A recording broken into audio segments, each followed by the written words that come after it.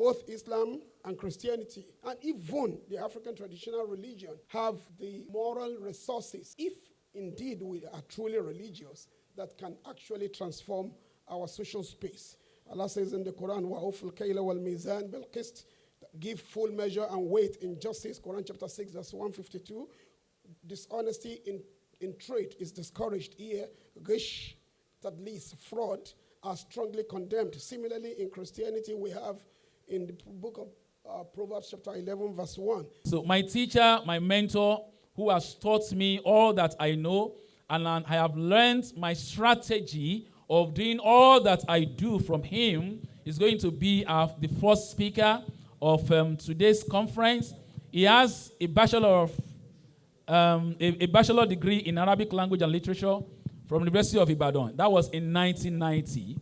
He also has a PGD, postgraduate diploma in journalism from the Nigerian something journalism. I can't remember the I again now. Sir? Nigerian Institute of Journalism from Ogba in 1992. He has an MA in Arabic and Islamic Studies from UI in 1995. He got his PhD in Arabic Studies in 2001. That was the very year I met him. Right? The very year he got his PhD was the year I met him. A very, very young PhD holder at that very year. Younger than Al-Muktar then. And then, alhamdulillah, you see what he has turned out to be. You can see what Al-Muktar will also turn out to be, inshallah. He has an MCS, Master of Communication Studies, from Lagos University. You know, when he started this, I was asking him that, sir, what else are you looking for? Why are you going back to school after your PhD? Then when he told me why, then I knew that I will also do it too, inshallah.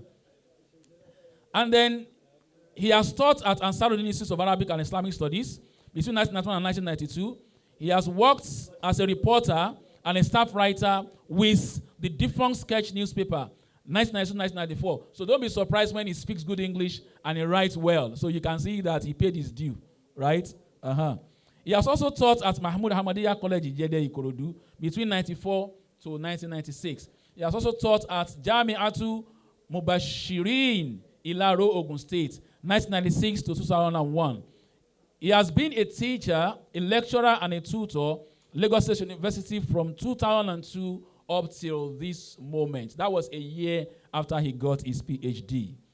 He's a Fulbright Fellow. If you know what that means, it's a big name when it comes to fellowship all around the world. A Fulbright Fellow, Michigan State University, East Lansing, Michigan, USA, 2007. He has a proficiency certificate in interfaith, peace building, and conflict prevention. And I promise you, he's very good at it. I promise you that.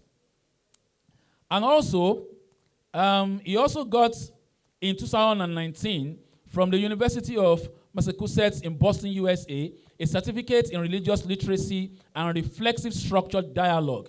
Also from Harvard University in 2014, he got a certificate in interfaith dialogue. Also, he was the co-chairman of Nigeria Interreligious Council, Lagos State Chapter, 2006 to 2016, a Peace Fellow at the Veritas University in 2019. Also, he was also a part of this conference in 2019. That was Cardinal Oyekon Foundation for Peace in 2019. And then he's currently the head of Arabic Unit, Department of Foreign Languages, Lagos State University, Lagos, Nigeria, 2016 to 2022. That was when he was that. And then he's a teacher who has taught a lot of students like himself. We can never be like him, but we look forward to being like him. But we have tapped from him. And he's still a teacher till today. And I promise you, tell me, have you ever been bored whenever he addresses you? Please welcome Sheikh Professor Saheed Olurotimi Timehin with a loud Muhammad Rosulullah. You have to keep saying that until he gets here. Sallallahu alayhi wa sallam. Sallallahu alayhi wa sallam. أعوذ بالله من الشيطان الرجيم بسم الله الرحمن الرحيم الحمد لله رب العالمين والصلاة والسلام على سيدنا ونبينا محمد وعلى آله وصحبه أجمعين السلام عليكم ورحمة الله وبركاته.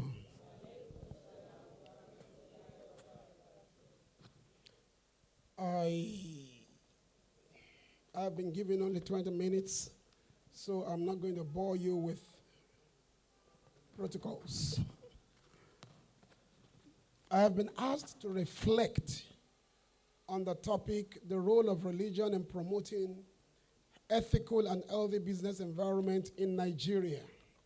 It's a good thing that I've been asked to be a keynote speaker, not a lecturer. And a keynote speaker does what? He sets the tone for the discussion. It is very refreshing that I have been saved from the rigors of the intellectual rigor of specialized knowledge. So I have not been invited to share knowledge, but I've been invited to share experience. That's why I'll be reflecting on this, the role of religion, not the role of Islam, mind you, the role of religion in promoting ethical and healthy business environment in Nigeria. This reflection is expected to align with the theme of this conference, which is Ummah Connection, enhancing the intersection of faith-based principles and business practices. In order to reflect on the topic, which is clear enough, of course, it is necessary to deconstruct and unpack the theme, which is deliberately made complex anyway by the use of the word Ummah, which, though refers to all faith traditions, is used exclusively for Islam when it is in the singular form, as in the theme of this conference. The rider to the theme, which is the main thrust of the issue, is enhancing the intersection of faith-based principles and business practices, however, gives the theme the ideational multiplicity of a multi-faith discourse. In light of this perceived complexity, I attempt to examine briefly how religion, and I mean all religions, can promote ethical and healthy business environment in Nigeria. For long, we have pretended that only Muslims and Christians live in Nigeria. Many a time when we talk about it, we just talk about Muslims and Christians, and we even divide Nigeria along Muslims and Christians lines as if there are no other religious groups. There are times I sincerely feel that these people we ignore, the practitioners or the adherents of the traditional religion may well be maybe they may be more than us, because most of them are divided even within us. They practice syncretism. You say Allahu Akbar, they are there. And you say Hallelujah, they are there. So at the end of the day, you find it very difficult to know what their exact population is. So I will not pretend that they do not exist. We meet them every day, we interact with them, we intersect with them. So we should acknowledge the fact that they are there. It is our lived experience, particularly in the southern part of Nigeria, not even in the southwest alone, even in the southeast. You know it's one leg here, one leg there. In this speech, I approach religion from its most generic form as all faith traditions. This underscores the complexity of our nation as a multi-faith and multi-ethnic enclave where all faith traditions intersect and interact on a daily basis, though dominated publicly by Islam and Christianity, while the traditional religion manipulates both from behind the scene. Religion plays a significant and multifaceted role in promoting healthy business environment in Nigeria, given the country's deep religiosity and the strong influence of these religions on social behavior, ethics, and public life. When properly harnessed, religion can function as a moral regulator, social capital, and development analyst in the Nigerian business ecosystem. Religion as a moral and ethical framework. If we must have a context-sensitive analysis of religion as a phenomenon in Nigeria, it must be understood that our concern is not about which religion is right or wrong. That is not the focus. but how the average Nigerian is influenced by religious values and ethics, particularly in business. It must, however, be asserted that despite most Nigerians' show of religiosity in almost every sphere of life, they seldom allow the ethical teachings of their faith traditions to guide their actions. The high level of corruption in public and private spaces among Nigerians, including the institutional representatives of God, the imams, the pastors, have all shown that religious scriptures to them are mere reference materials and not resource materials. Whatever religion we profess, we should realize that all faith traditions provide normative values that shape not only private lives and spiritual activities, but all public actions, including business conduct and economic interactions. The world, according to religion, is a theater of ethical action. Religion and moral values are therefore deeply intertwined, and most of the great civilizations of the world were championed by religious personalities. Religions, through their leaders, sacred texts, and teachings, provide frameworks that guide ethical behavior, emphasizing compassion, justice, and honesty, fostering community support, and motivating adherence through spiritual sanctions, that is, sin and reward. Historically, religion shapes societal morals and offers a foundation for many individuals' ethical compass, influencing social behavior. The resource materials for this ethical formation, reformation, and transformation are mainly the sacred texts of these religions, the Quran, the Bible, the Oduifa, and whatever. In our own particular social universe, the western part of Nigeria, Oduifa is the sacred text of the traditional believers. These texts offer divine laws, stories, and principles defining good and evil, promoting justice, righteousness, and compassion, each within its own sphere of spirituality. These values are then reinforced by religious leaders and clerics through sermons and rituals, motivating adherence through concepts like divine will or afterlife consequences. That is, the belief that every action on earth has a trans-earthly, trans-worldly reference. That whatever you do here, you are going somewhere beyond to account for it.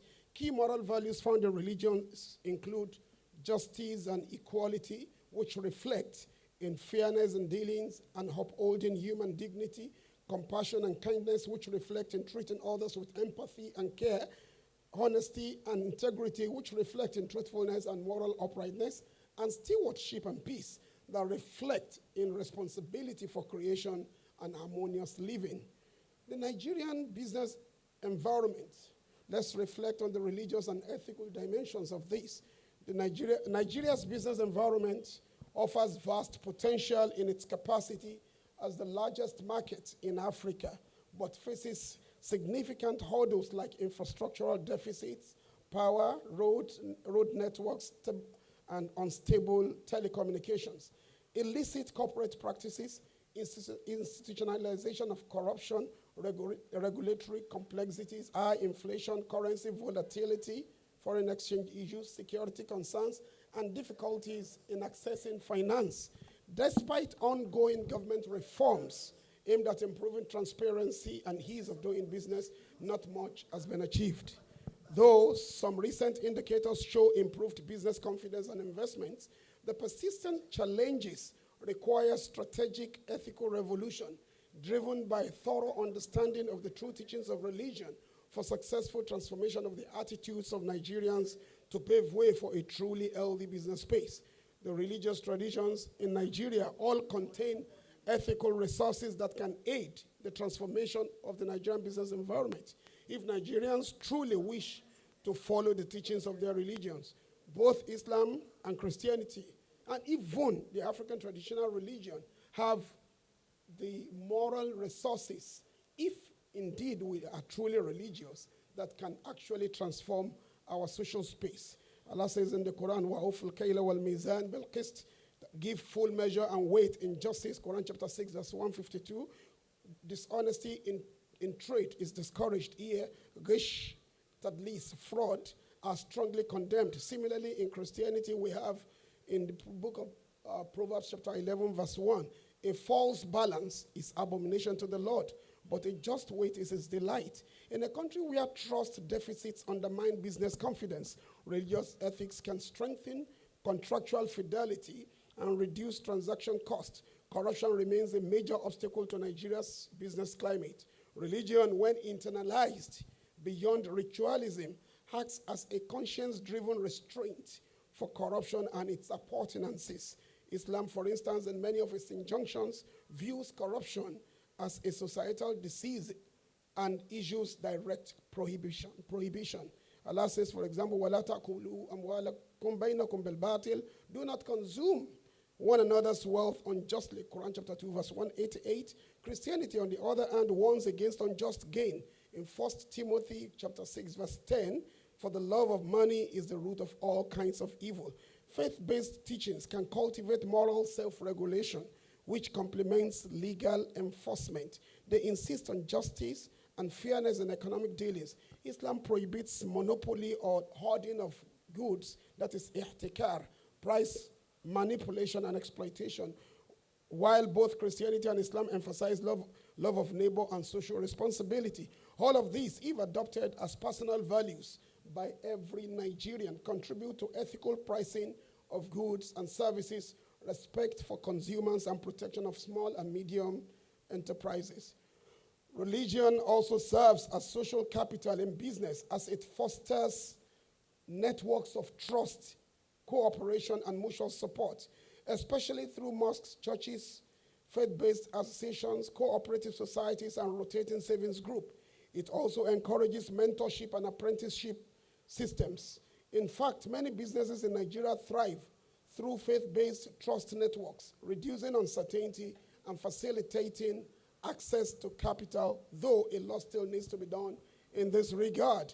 Religion does not oppose wealth. Rather, it regulates its acquisition and use. Both Islam and Christianity encourage lawful earning, halal, and social redistribution through charity, stewardship, and ethical investment. All these nurture inclusive growth, poverty reduction, and corporate social responsibility. However, it is sad to observe that very few Muslims and Christians opt for these meritorious options. In the area of discipline, work ethic, and entrepreneurship, religious teachings encourage diligence, excellence, patience, and perseverance. The Prophet ﷺ said, "Inna Allah yuhibbu idha amila ahadukum amalan an yutqinahu." Allah loves that when any one of you does a job, that he does it with excellence. Whatever you want to do, competence cannot be compromised. Competence cannot and should not be compromised by a Muslim. And in the case of Christianity, in Colossians chapter 3, verse 23, you have whatever you do, do it heartily as unto the Lord, as if the Lord were a witness to it. Such values will no doubt enhance productivity and professionalism in Nigerian businesses. Religion also promotes industrial harmony within the business environment with emphasis on the respect for human dignity, compassion in employer-employee relations, and conflict resolution through dialogue and forgiveness. This helps to reduce workplace hostility, industrial disputes, and exploitative labor practices. It is, however, pertinent to observe that while religion has positive potential, its instrumentalization poses multiple risks through prosperity theology. My God is not a... Yeah, welcome back. It is perhaps instructive to reflect also on traditional religion as its adherents also converge in the business space with Muslims and Christians. A deep reading of the Oduifa, for example, reveals an ethical system rooted in 4 fundamental pillars of the larger African ethical tradition. These fundamental principles are respect for and commitment to 1, the dignity and rights of human beings; 2, the well-being and flourishing of family and community; 3, integrity and value of the environment; and 4, the reciprocal solidarity and common interests of humanity. This ethical system also prohibits virtually all things that are prohibited in the Quran and the Bible. In an Ifa oraculum incantation called Ogbetura in the Odu Ifa corpus, Orunmila, asserting the importance of good character, is reported to have said, Oni ba lowo ta niwa, owo lowo ni, iwa, iwa la nwa o iwa. Ọmọlábí ta niwa, ọmọ ọlọ́mọ ni, iwa, iwa la nwa o iwa. Bá nílé ta niwa, iwa. Ilé onílé ni ìwà, ìwà là ń wá o ìwà. Bá aláṣọ tá níwà, aṣọ aláṣọ ni ìwà, ìwà là ń wá o ìwà. Ire gbogbo tá níwà, ire oníre ni ìwà, ìwà là ń wá o ìwà. If we have money and do not have character, the money belongs to someone else. Character, ìwà, is what we're looking for, character. If we have children and do not have character, the children belong to someone else. Character, iwa, is what we're looking for. Character. If we have a house and do not have character, the house belongs to someone else. Character, iwa, is what we're looking for. Iwa. If we have clothes and do not have character, the clothes belong to someone else. Character is what we're looking for. All of the good things we have, we do not have character. These good things belong to someone else. And so it's character, iwa, that we're looking for. Similarly, stressing divine accountability in Ogbeate, Orunmila once. Bí iwájú ìkà bá dára, ẹ̀yìn ìkà kò ní sunwọ̀n. A kì í fìkà dí ẹrù kó gún gégé. Adíá fún òtítọ́ inú, ọmọ òtítẹ̀. Afitẹ̀lẹ̀ tìrẹ̀lẹ̀. Olódùmarè ló ní ilẹ̀, Olódùmarè ló ní ìdájọ́. Ẹ̀san ni ti Olódùmarè, ọba yóò san fún oníkálùkù gẹ́gẹ́ bí iṣẹ́ ọwọ́ wọn. Even if the beginning of wrongdoing is pleasant, the end of wickedness will not be good. We cannot use evil to secure goods and expect them to be anchored firmly. These were the teachings of Ifa for the upright one, the offspring of the initiated one who treads the earth in humility. Olódùmarè is the Lord of the land. Olódùmarè is the owner of judgment. Retribution belongs to Olódùmarè. The King of the world will reward everyone precisely according to the work of their hands. My final reflections. It is obvious that most of the challenges facing the Nigerian business environments are ethical. They are connected to individual dispositions and attitudes. Each religious ummah community can connect internally or collaborate with others, but true success cannot be achieved in this regard if the ethical orientation of the individual is not overhauled. Some of us have developed a beggar's mentality, as a result of which we do not believe that work must precede reward. It is not wrong for kind-hearted people to assist you, but can you just ask yourself, do I deserve this? It is not compulsory that you do something for the giver, but what do you think the giver will appreciate in you that will motivate them to assist you? What have you done for the society or community of believers? Have you volunteered for Islamic services or church events, as the case may be if you are a Christian? What selfless efforts have you made that will motivate the giver to consider you worthy of the act of benevolence? What self-development strides have you made in learning skills or general social competence that can endear you to prospective givers? We have this, what they call in anthropology, the mentality of the vanquished. We often believe that, when you have this kind of mentality, you develop a kind of entitlement mentality. You feel, they should help me. Yes, Allah has commanded that they should help you. In fact, it is a principle. The Prophet ﷺ is reported to have said, those of you who are rich, Allah blesses you. Allah shows mercy to you because of those who are weak, who are poor among you. But as a poor person, it is not for you to expect. It is for you to show in yourself, develop in yourself those qualities that will be appreciated by people. So, Omotoba Shikpa Niyengbe, prove that you actually deserve it. You are worthy of whatever assistance anybody is getting. People can assist you. Okay, this boy is trying. Okay, this boy or this lady is brilliant. This guy, this person is upright. Develop those traits that will be appreciable that will be appreciated by people, and then you can. Just 2 or 3 days ago, a young brother was complaining that his elder brother is a politician, he has money, he has not assisted him. And I said, okay, assisted you to do what? You know, our problem, we take a lot of things for granted. You are married, your wife is pregnant. For 9 months, you had the time. For 9 months, you had time to plan for your akiko. And in any case, akiko is not compulsory. In any case, it is not compulsory. It's a social thing. It's a social thing. It's a cultural thing. There are basic things you do in akiko. Then you announce the name. What's the big deal? But because we are Yorubas, because we are party lovers,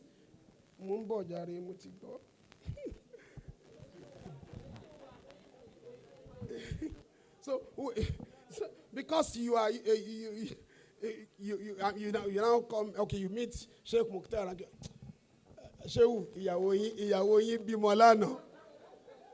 he knows his wife is not pregnant too. He said it is a cultural failure. It's a cultural failure. It has affected our psyche. It has affected our mentality. You believe somebody else has to do it. I mean, you have not said, okay, these are the things I have done. You need an assistance in this area. You are expecting him to pick the thing, to pick the whole bill. And for God's sake, who told you it is compulsory for you to have a naming ceremony? Those of you who lived among Arabs know the Arabs don't converge for it. They don't. My wife can give birth to a child today, and I can go to the mosque on that same day and announce this: my wife gave birth to a child, and this is what I have named the child. And it's all over, yes. On the seventh day, if I have the wherewithal, I can slaughter a ram for sacrifice. It's not compulsory you come to my house. Even in the north, even among the Hausas in the north, they slaughter the ram will be put in the same room, in the room where the woman is. She and her friends will eat the whole thing. It is not for you. So what's the problem? Most individuals also lack vision. And where there is a vision, they often chase after money and not after their vision until they stray completely and ultimately lose the money and the vision. You know, people don't know where they're going. It's like you meet someone on the road and you say, where are you going? And you say, actually, I don't know. So, okay, if you don't know, how do you expect me to guide you? Because where are you going? He says, Ustaz, please guide me. And the Ustaz says, where do you want to go? And actually, Miyomo. Then you can face anywhere now because you don't know. You have not actually defined where you want to be. And, you know, scholars tell us you have known, you have solved a lot of success issues. The moment you understand the difference between direction and motion. You say you are static. No, I'm not static. I'm moving now. Okay, you are moving. Okay, in which direction? If you have a goal, you will have a direction. So you will be able to know whether your current motion is taking you closer to your goal or taking you further away from it.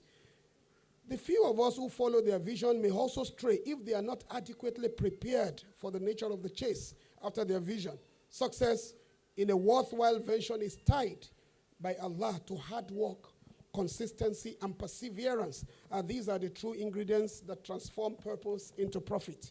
Personal integrity and positive reputation are also indispensable. Long-term success is built on trust and moral probity, not tricks. Small disciplines repeated daily gradually transform into impactful ethical principles, not magical formulas. The Prophet ﷺ is reported to have said, "At-tajiru as-saduqul amin ma'an nabiyyin was-siddiqin wash-shuhada." The truthful and trustworthy businessman or woman will be in the circle of the prophets and the truthful ones and the martyrs. in Jamia Tirmidhi. Akin to this is the courage and willingness to take risk. The biggest risk, according to Zuckerberg, is not taking any risk at all. This is what stands out a leader from a follower. Yet, it is one thing to possess courage. It is another thing to be prepared. Being courageous without being prepared is impudence. Though opportunities may appear before the courageous, it is the person who is prepared that ultimately gets rewarded. Allah has not created human beings to be aloof from one another. One indispensable tool in business is networking. This is a purposeful, ethical, and sustainable relationship built through positive connection rather than mere contact collecting. In Nigeria, we tend to take things for granted. As a businessman or woman, you must understand.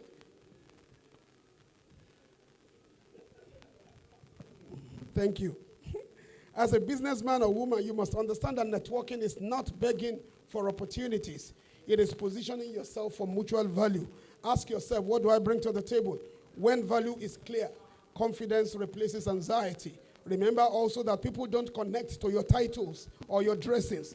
They connect to the clarity of your vision and your sincerity. You should therefore build relationships before transactions. Successful businesses grow on trust before trade.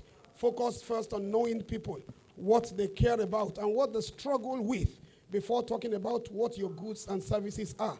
If your first message is always about money, people will avoid you. If it is about understanding, they will remember you. It is also apt to stress that the strongest networks are built on generosity, not necessarily monetary exchange, but value exchanges, sharing information, opportunities, introductions, or encouragement. If you help someone grow today, they may become the bridge you need tomorrow.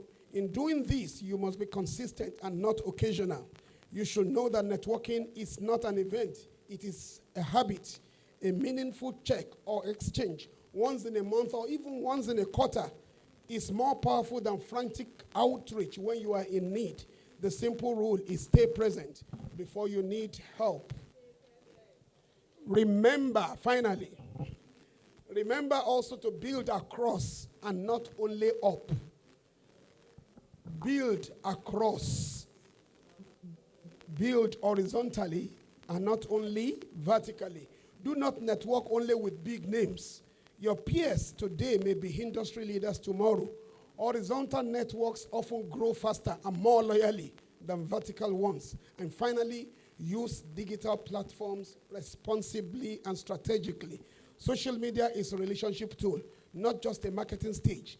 Engage meaningfully with others and the contents of their post. Share insights, not noise. Dry jokes or frivolous tips.